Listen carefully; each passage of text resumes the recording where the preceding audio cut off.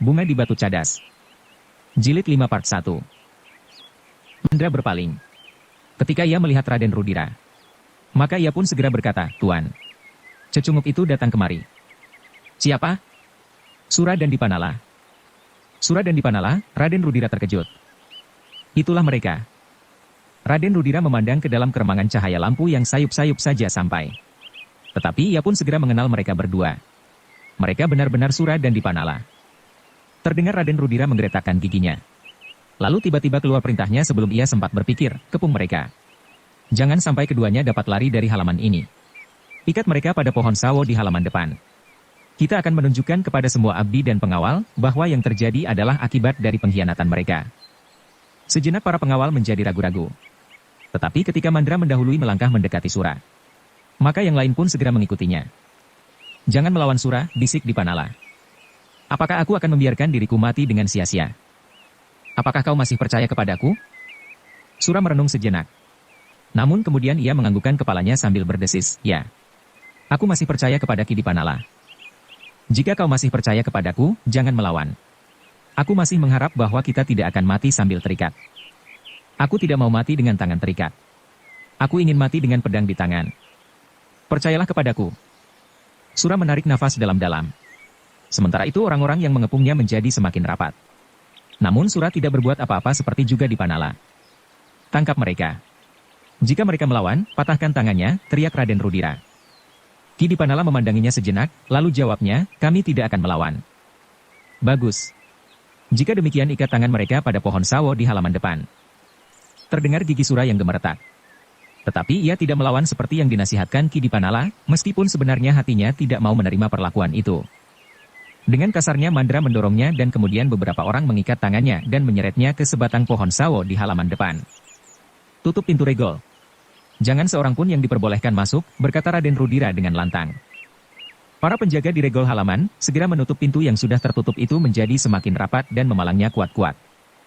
"Aku curiga bahwa sebenarnya Sura tidak datang hanya berdua saja. Awasi semua sudut." Mandra mengerutkan keningnya, lalu berkata kepada kawan-kawannya, "Benar juga. Mungkin mereka tidak hanya berdua saja. Awasi semua sudut."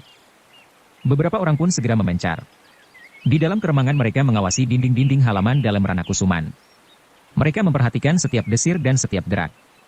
Tetapi tidak ada seorang pun yang mereka jumpai. Meskipun demikian mereka tetap di tempatnya masing-masing. "Kau akan tetap terikat sampai besok Ki Dipanala," berkata Rudira, "dan kau Sura, barangkali nasibmu akan lebih jelek lagi." Sura memandang Ki Dipanala sejenak, namun tampaknya wajah orang itu masih tetap tenang-tenang saja. Tetapi ketenangan Dipanala agaknya membuat hati Rudira semakin panas, sehingga ia pun kemudian berteriak, "Nasibmu pun tidak perlu kau sesali.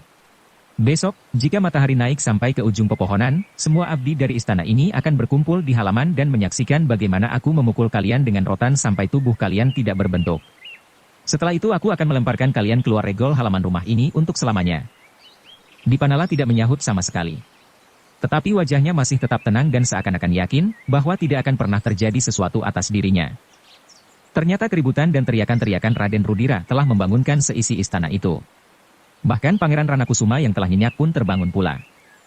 Sambil bangkit dari pembaringannya ia berdesah, apalagi yang dilakukan anak itu. Dengan wajah yang kusut Pangeran Ranakusuma keluar dari biliknya dan memukul sebuah bende kecil di sisi pintu biliknya. Seorang pelayan dalam berlari-lari kecil mendekatinya. Beberapa langkah di hadapan Pangeran Ranakusuma pelayan itu pun segera berjongkok sambil menundukkan kepalanya dalam-dalam. "Ada apa di luar?" Pangeran Ranakusuma bertanya.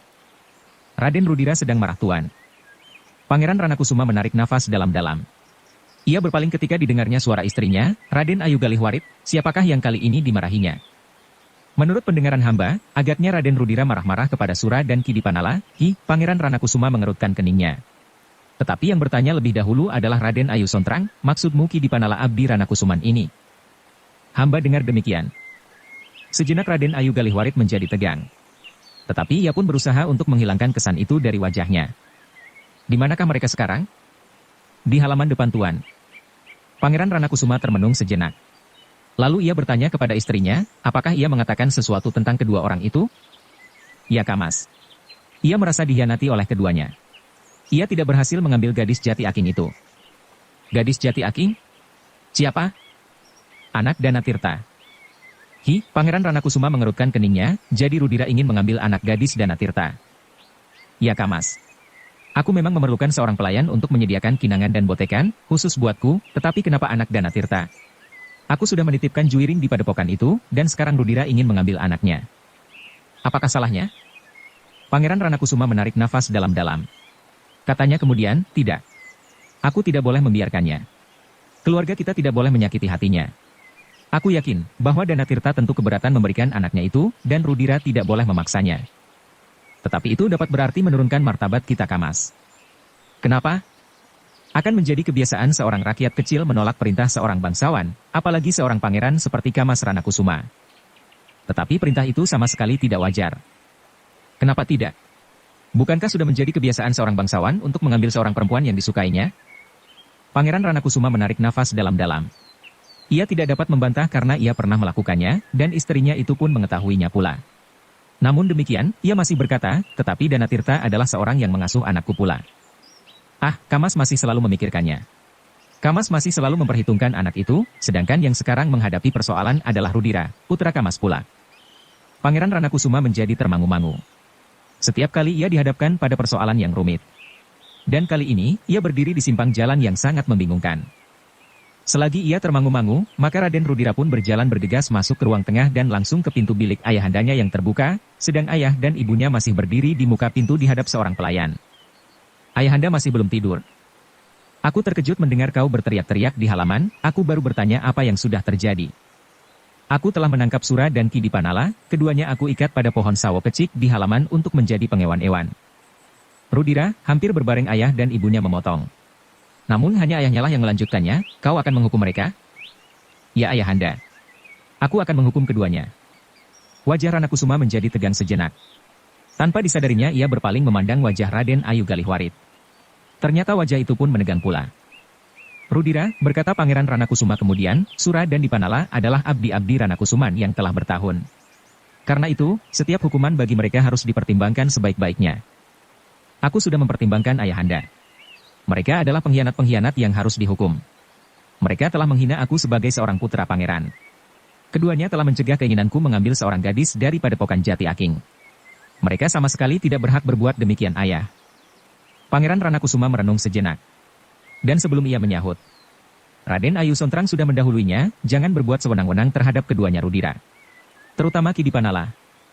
Kenapa dengan Ki Dipanala? Bertanya Rudira. Ia tidak ada bedanya dengan abdi yang lain, sehingga karena itu, maka ia pun wajib mendapat perlakuan yang sama seperti Sura. Sejenak ayah dan ibu Rudira itu termenung. Namun kegelisahan yang sangat telah membayang di wajah mereka. Karena itu, tiba-tiba saja Pangeran Ranakusuma berkata, aku ingin melihat mereka. Tidak usah sekarang ayahanda. Biarlah mereka merasakan betapa dinginnya sisa malam ini. Mereka tidak akan kedinginan karena hatinya yang panas. Jika demikian, biarlah mereka merasakan panasnya sengatan rotan di punggung mereka besok siang. Jangan kehilangan keseimbangan Rudira. Aku memerlukan Dipanala. Ya, sambung Raden Ayu Galihwarit, setidak-tidaknya Dipanala harus mendapat pertimbangan lebih banyak. Pangeran Ranakusuma mengerutkan keningnya. Timbullah pertanyaan di dalam hatinya, apakah Raden Ayu Sontrang juga mempunyai kepentingan dengan Dipanala seperti dirinya? Tetapi Pangeran Ranakusuma tidak bertanya kepada istrinya. Kepada pelayan dalam ia berkata, antarkan aku ke halaman depan. Ayahanda, Raden Rudira berusaha mencegah, biarkan mereka terikat sampai besok menjelang tengah hari. Biarlah mereka sekarang kedinginan, dan besok kepanasan. Tetapi Pangeran Ranakusuma tidak menjawab. Ia melangkah diikuti oleh Raden Ayu Galihwarit dan Raden Rudira. Di belakang mereka adalah pelayan dalam yang mendapat perintah untuk mengikutinya pula. Aku masih memerlukan Dipanala. Ya, sahut Raden Ayu Sontrang, kau harus melepaskan Dipanala, Rudira. Apakah yang lain pada Dipanala? Kenapa ayahanda agak terikat kepadanya? Ayahnya tidak menyahut. Tetapi jantung Raden Ayu Galihwarit pun menjadi berdebar-debar. Jika Rudira bertanya demikian kepadanya maka ia akan mengalami kesulitan untuk mencari jawabnya. Untunglah bahwa Rudira tidak bertanya kepadanya. Pangeran Ranakusuma sama sekali tidak menjawab pertanyaan Raden Rudira. Pelayan dalam itu bergegas membuka pintu samping ketika Pangeran Ranakusuma berkenan melalui pintu yang sudah ditutup rapat itu. Seusap angin malam yang berhembus dari selatan telah membuat Pangeran Ranakusuma berdesis. Tetapi ketegangan di dalam hatinya membuatnya seolah-olah sama sekali tidak kedinginan. Bahkan beberapa titik keringat telah mengembun di dahinya. Kedatangan Pangeran Ranakusuma, Raden Ayu Galihwarit dan Raden Rudira membuat Sura menjadi berdebar-debar. Namun ia tidak mengerti kenapa justru Ki Dipanala tersenyum karenanya. Senyum yang sama sekali tidak dapat dibaca maknanya. Beberapa orang prajurit yang ada di halaman itu pun segera berjongkok. Berbagai pertanyaan telah timbul di dalam hati mereka. Apakah Pangeran Ranakusuma tidak sabar menunggu sampai besok? Sejenak kemudian Pangeran Ranakusuma sudah berdiri di hadapan Ki Dipanala. Dengan tajamnya ia memandang orang yang terikat itu. Namun sejenak kemudian, ia berpaling kepada Sura. Dan pertanyaan yang pertama-tama diberikan adalah justru kepada Sura. Sura, apakah benar kau sudah berkhianat? Bukan maksud hamba berkhianat Pangeran, jawab Sura terbata-bata. Jadi apakah maksudmu? Hamba sekedar mulai berpikir dan menilai perbuatan-perbuatan hamba sendiri. Apakah selama ini kau tidak pernah memikirkan perbuatan-perbuatan dan tindakan-tindakanmu? Sura menggelengkan kepalanya, tidak tuan. Selama ini hamba tidak memikirkan perbuatan hamba. Untuk apa sebenarnya kau mengabdikan dirimu, sehingga kau kehilangan kepribadianmu? Sura menundukkan kepalanya. Pertanyaan itu telah membelit hatinya kuat-kuat. Ya. Untuk apa? Ia bertanya kepada diri sendiri. Dan tiba-tiba saja ia menemukan jawab, hamba ingin membuat keluarga, anak dan istri hamba hidup agak baik tuan. Hamba telah menjual kepribadian hamba untuk itu. Bukankah keputusan yang kau ambil itu juga hasil pemikiran? Apakah dengan demikian, bukan sebaliknya yang terjadi, bahwa justru sekaranglah kau telah kehilangan kesempatan untuk berpikir? Untuk memikirkan keluargamu? Apakah dengan demikian, justru baru sekarang kau telah kehilangan arti dari dirimu sendiri? Kau memiliki kemampuan yang disertakan alam sejak kelahiranmu, dan kau dapat mempergunakannya sebaik-baiknya atas pertimbangan nalar untuk kesejahteraan keluargamu. Sura menarik nafas dalam-dalam. Jawabnya, ampun tuan. Jika hamba memandang dari segi itu, agaknya memang demikian. Hamba sudah kehilangan arti dari kemampuan yang hamba miliki bagi keluarga hamba. Tetapi pengenalan arti yang hamba maksudkan adalah pengenalan atas baik dan buruk, atas kebenaran yang kesesatan. Oh, Pangeran Ranakusuma mengangguk-anggukan kepalanya, kau mulai berguru olah kajiwan. Apakah kau ikut serta dengan Juwiring belajar pada Kiai Danatirta? Atau tiba-tiba saja kau mendapat ilham yang mengajarmu tentang baik dan buruk dan tentang kebenaran dan kesesatan? Ampun Pangeran. Hamba tidak mempelajarinya dari Kiai Danatirta. Tetapi hamba mempelajari dari jalan hidup hamba sendiri. Meskipun pengenalan atas baik dan buruk itu ada sejak aku sadar akan diriku di masa kanak-kanak, tetapi pengakuan dan penghayatannya itulah yang seakan-akan telah membuat aku manusia yang lahir kembali sekarang ini. Ki, dari mana kau belajar menyusun pembelaan ini? Kau memang mengagumkan Sura. Aku kira kau tidak pernah belajar apapun juga, dan tidak mempelajari ilmu kajiwan dan pandangan hidup. Tetapi kau dapat menyebut kalimat-kalimat yang bernafas kajiwan. Bahkan aku telah mengagumi kata-katamu. Sura menunduk dalam-dalam. Ia tidak dapat menjawab pertanyaan itu. Menurut pengertiannya, tiba-tiba saja ia menyadarinya. Dan ia tidak dapat menyebutkan sumber yang manakah yang telah mengaliri hatinya, sehingga ia mampu mengucapkan kata-kata itu. Sura, berkata Pangeran Ranakusuma kemudian, sayang, bahwa justru pengalamanmu atas dirimu sendiri itulah yang membuatmu telah berkhianat. Berkhianat kepada bendara dan berkhianat kepada kesadaranmu berkeluarga. Jika kau dihukum karenanya, maka keluargamu pasti akan terlantar. Dada Sura menjadi berdebar-debar. Sekilas ia memandang wajah Ki Dipanala yang masih terikat. Tetapi wajah itu masih tetap tenang dan seolah-olah tidak terjadi apa-apa atasnya. Apakah justru Ki Dipanala ini sekedar berpura-pura untuk menjebakku? Kemudian ia akan terlepas dari semua tanggung jawab yang mereka tuduhkan pengkhianatan ini? Sura, berkata Pangeran Ranakusuma kemudian, kau adalah abdi yang sudah lama. Lama sekali. Tetapi sekarang kau dihadapkan pada suatu kenyataan, bahwa kau terpaksa mendapat hukuman. Sudah barang tentu bahwa itu adalah sekedar akibat dari kekeliruanmu. Sura sama sekali tidak menjawab. Tetapi kau memang seorang laki-laki. Kau menghadapi semuanya dengan sikapmu yang jantan. Itulah yang masih ada padamu satu-satunya. Kejantanan. Sura masih tetap berdiam diri. Ia mengangkat wajahnya sebentar ketika Pangeran Ranakusuma kemudian berpaling kepada Ki Dipanala. Dipanala. Persoalanmu agak berbeda dengan Sura. Jika kau bersedia minta maaf kepadaku dan kepada Rudira, kau akan dibebaskan dari segala tuntutan. Pertanyaan itu telah mendebarkan dada Sura. Jika Dipanala sekedar minta maaf dan kemudian dilepaskan tanpa menghiraukan dirinya, maka sadarlah ia bahwa sebenarnya Dipanala telah menjebaknya sehingga ia tidak melawan sama sekali ketika kedua tangannya diikat. Tetapi jawaban Dipanala benar-benar mengejutkannya, Tuan. Hamba tidak bersalah. Karena itu hamba tidak akan mohon maaf kepada siapapun juga. Dipanala, tiba-tiba saja wajah Ranakusuma menjadi tegang. Hamba hanya sekedar mencoba meluruskan jalan yang dilalui oleh Raden Rudira terhadap Arum, anak gadis Kiai Danatirta. Apakah hal itu sudah cukup kuat dipergunakan sebagai alasan untuk menyebut pengkhianat dan mengikat hamba di sini? Kenapa kau ikut mencampuri persoalan ini? Barangkali hamba memang suka mencampuri persoalan orang lain. Bukan baru kali ini hamba mencampuri persoalan penghuni dalam Ranakusuman ini. Cukup tiba-tiba Raden Ayu Galihwarit berteriak memotong. Semua orang berpaling kepadanya. Bahkan Pangeran Ranakusuma memandangnya dengan heran. Apalagi Raden Rudira. Namun Raden Ayu Galihwarit segera menyadari keadaannya sehingga ia berkata seterusnya, kau tidak usah mengigau. Seandainya kau memang pernah mencampuri urusan orang lain pula, aku tidak peduli. Tetapi aku minta kau jangan mencampuri persoalan anakku. Dipanala menarik nafas dalam-dalam. Sekilas terbayang peristiwa-peristiwa yang suram yang terjadi di dalam halaman istana Ranakusuman ini. Namun kemudian ia berkata, terserahlah kepada penilaian Tuan. Tetapi hamba dan kawan hamba ini tidak bersalah.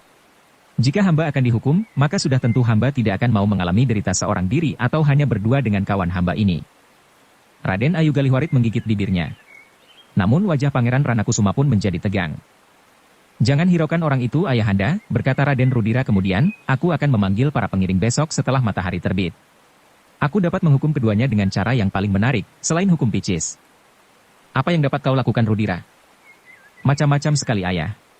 Aku dapat membakar 2 potong besi sehingga membara.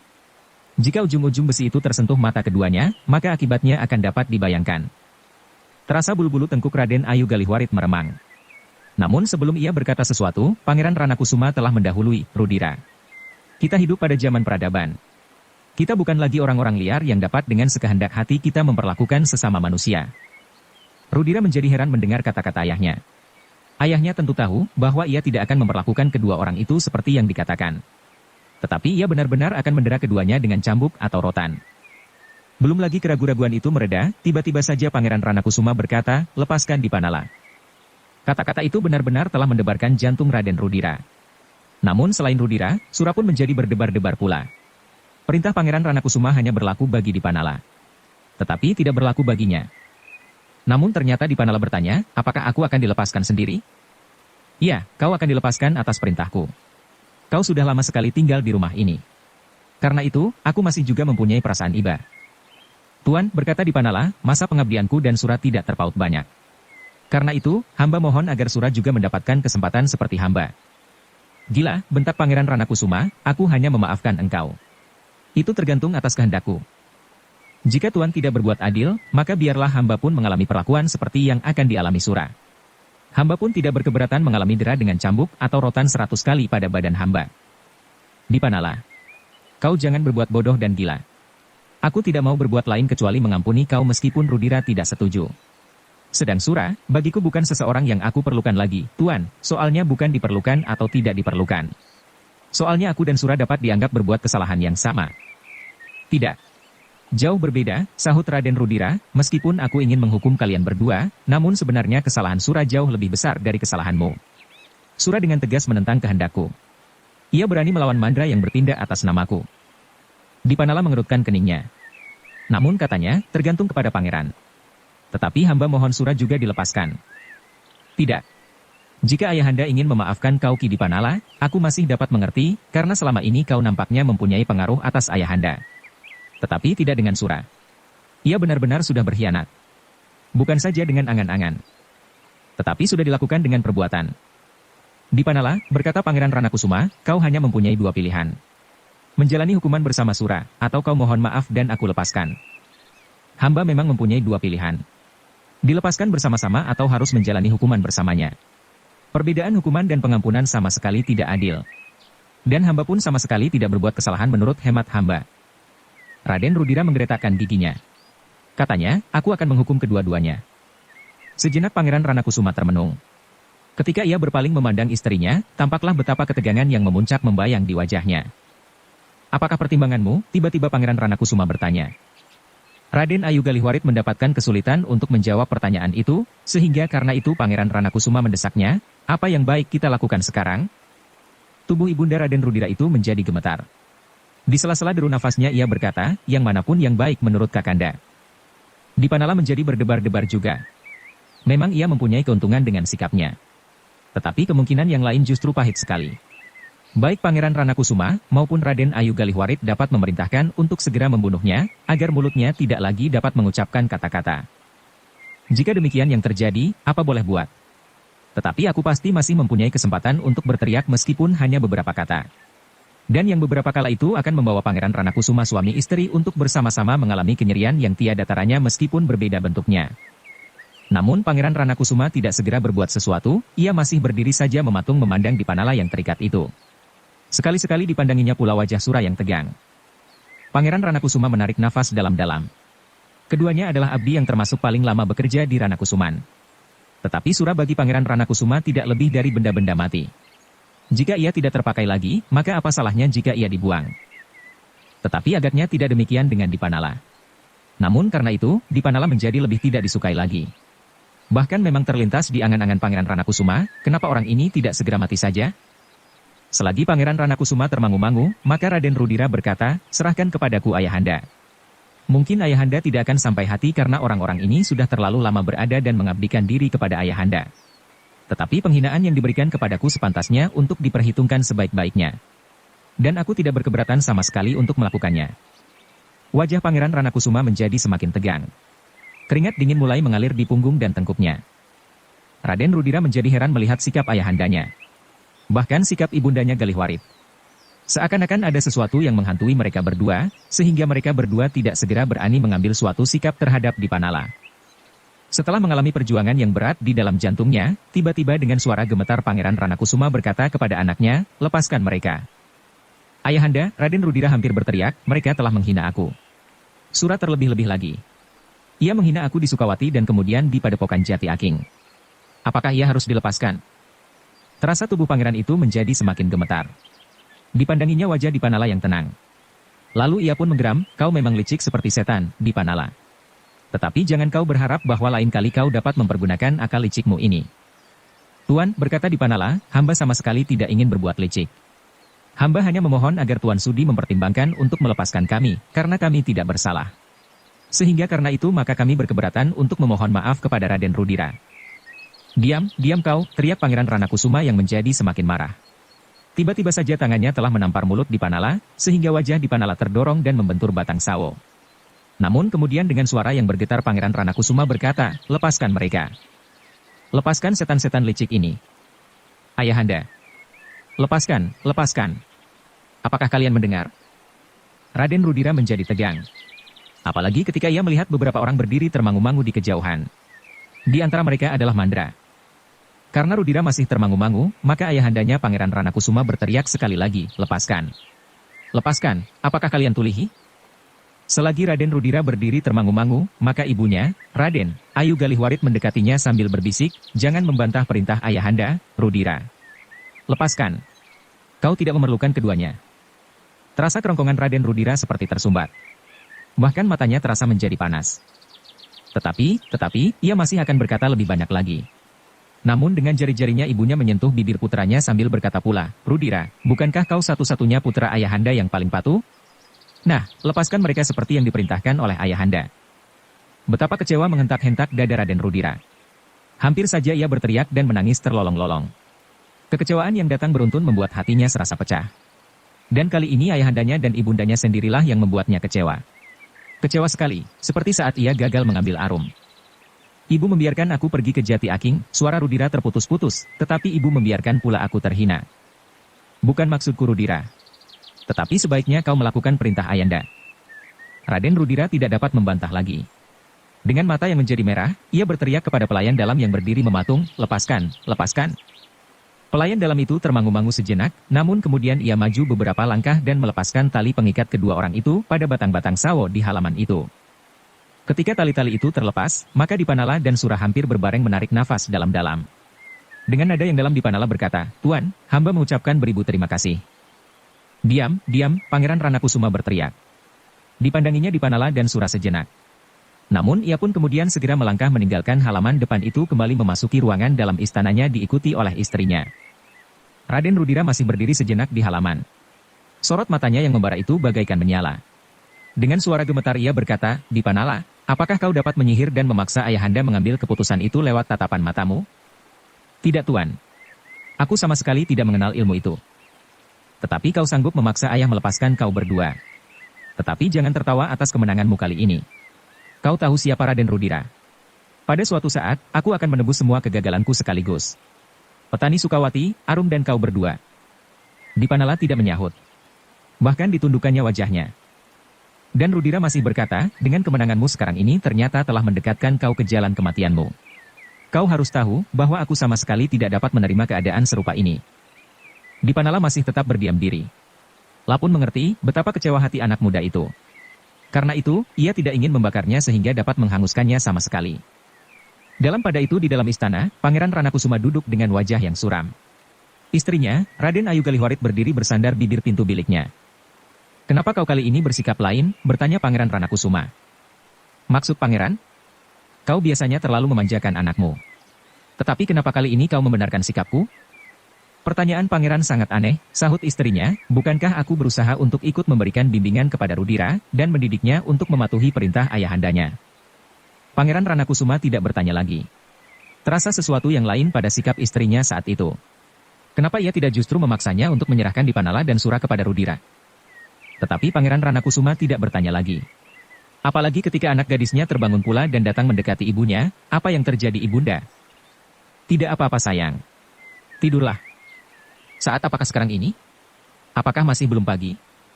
Belum. Hari masih malam. Tetapi kenapa ayahanda dan ibunda tidak tidur pula? Kami terbangun karena keributan di halaman. Kakandamu Rudira sedang sibuk dengan hamba-hamba istana yang licik dan berkhianat. Oh, apakah Kamas Rudira sedang menghukum mereka? Ya. Aku akan melihatnya. Jangan, tiba-tiba Raden Ayu Galihwarit menangkap lengan anaknya. Kemudian dibimbingnya anak itu masuk ke dalam biliknya sambil berkata kepada Pangeran Ranakusuma, perkenankan aku menidurkan anak ini Kamas. Pangeran Ranakusuma menganggukkan kepalanya. Tetapi ia tidak menjawab sepatah kata pun. Sepeninggal Raden Ayu Galihwarit, Pangeran Ranakusuma masih saja duduk di tempatnya. Terbayang sekilas beberapa peristiwa yang tidak akan dapat dilupakan. Dan peristiwa itulah yang memaksanya untuk tidak dapat membiarkan Dipanala menerima hukumannya, apabila ia tidak ingin terseret ke dalam kesulitan.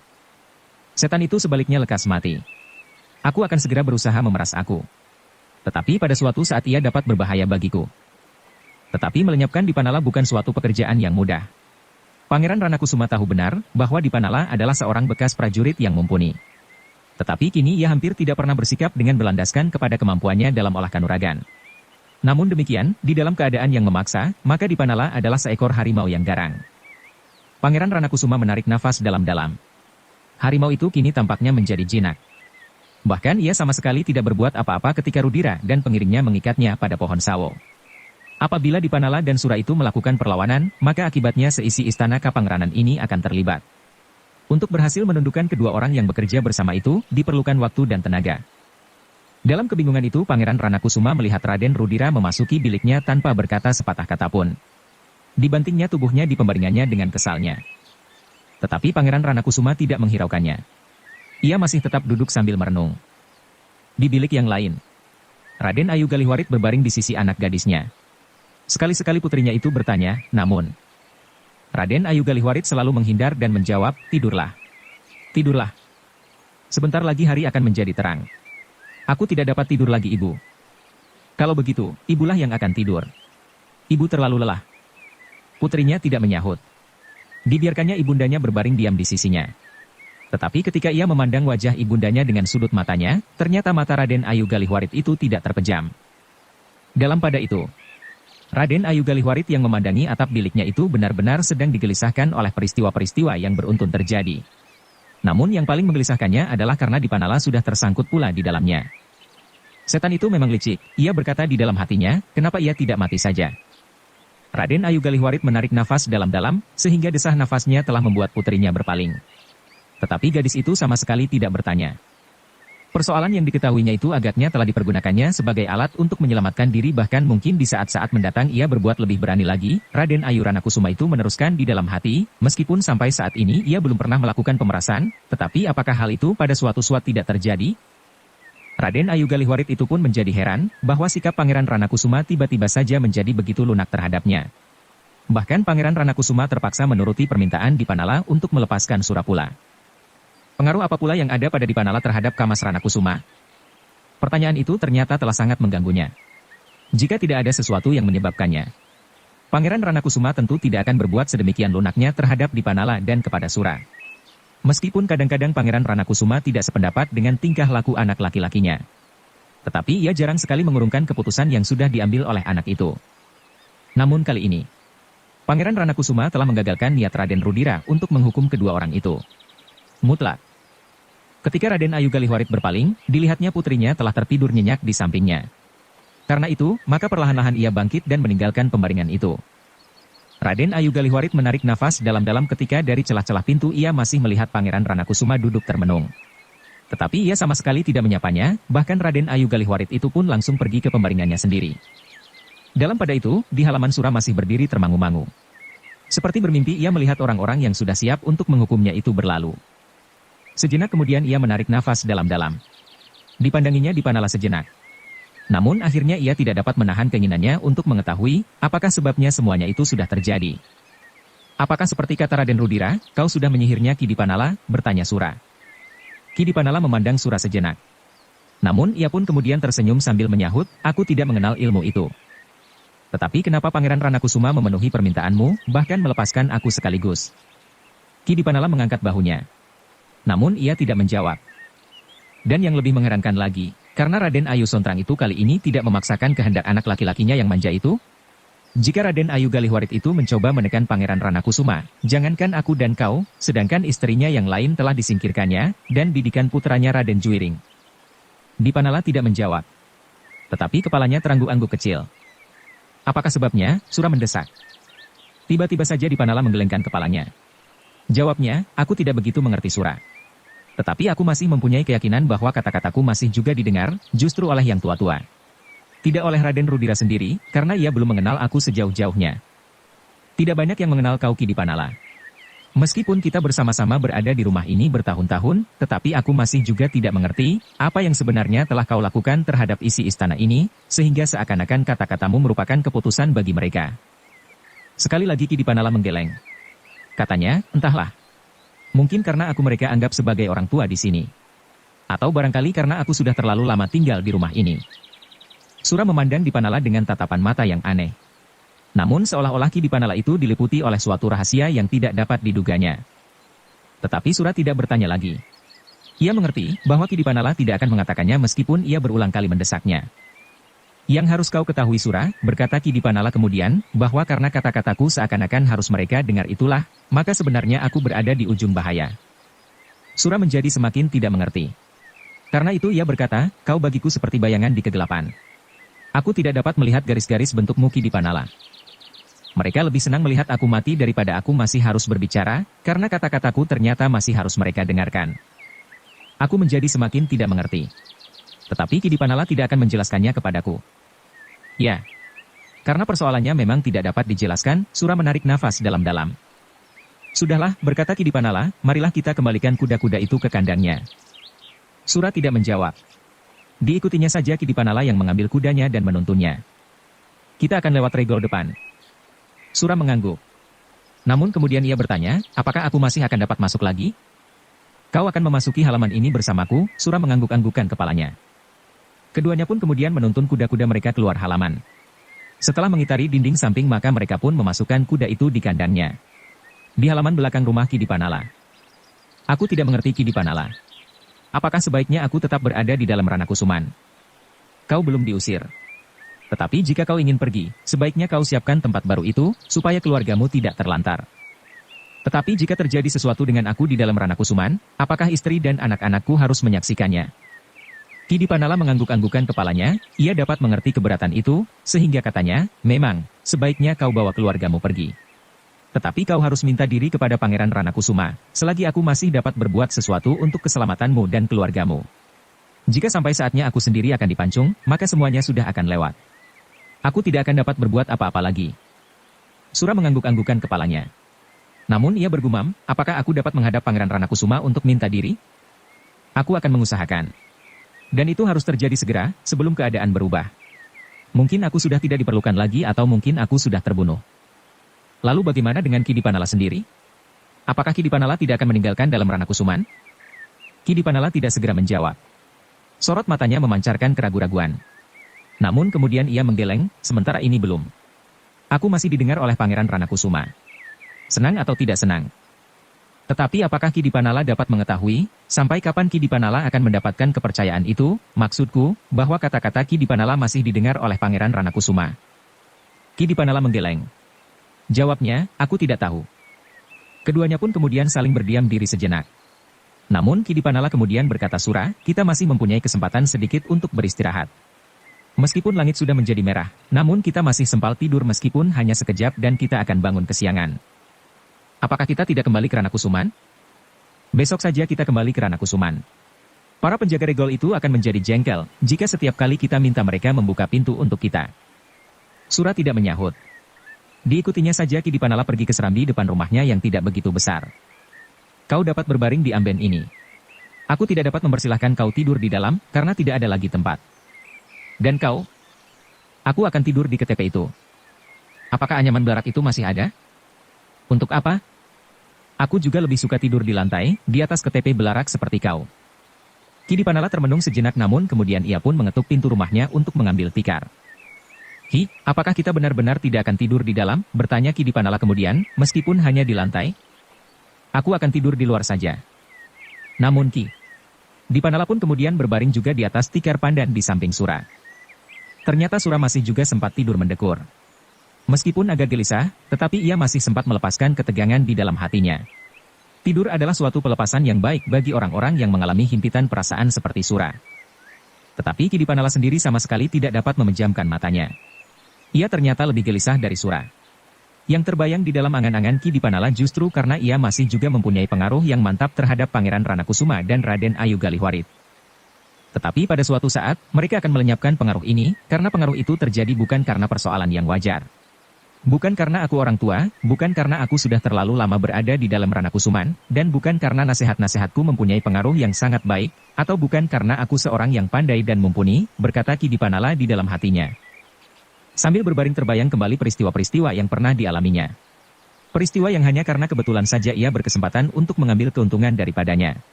Kidipanala menarik nafas dalam-dalam namun ia tidak mencoba untuk membayangkan kembali apa yang sudah terjadi dengan Pangeran Ranakusuma dan Raden Ayu Galihwarit.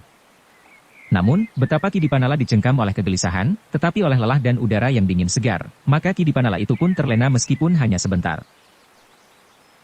Bersambung ke jilid 5 part 2. Dukung kami dengan subscribe, follow, like, komen dan share. Terima kasih.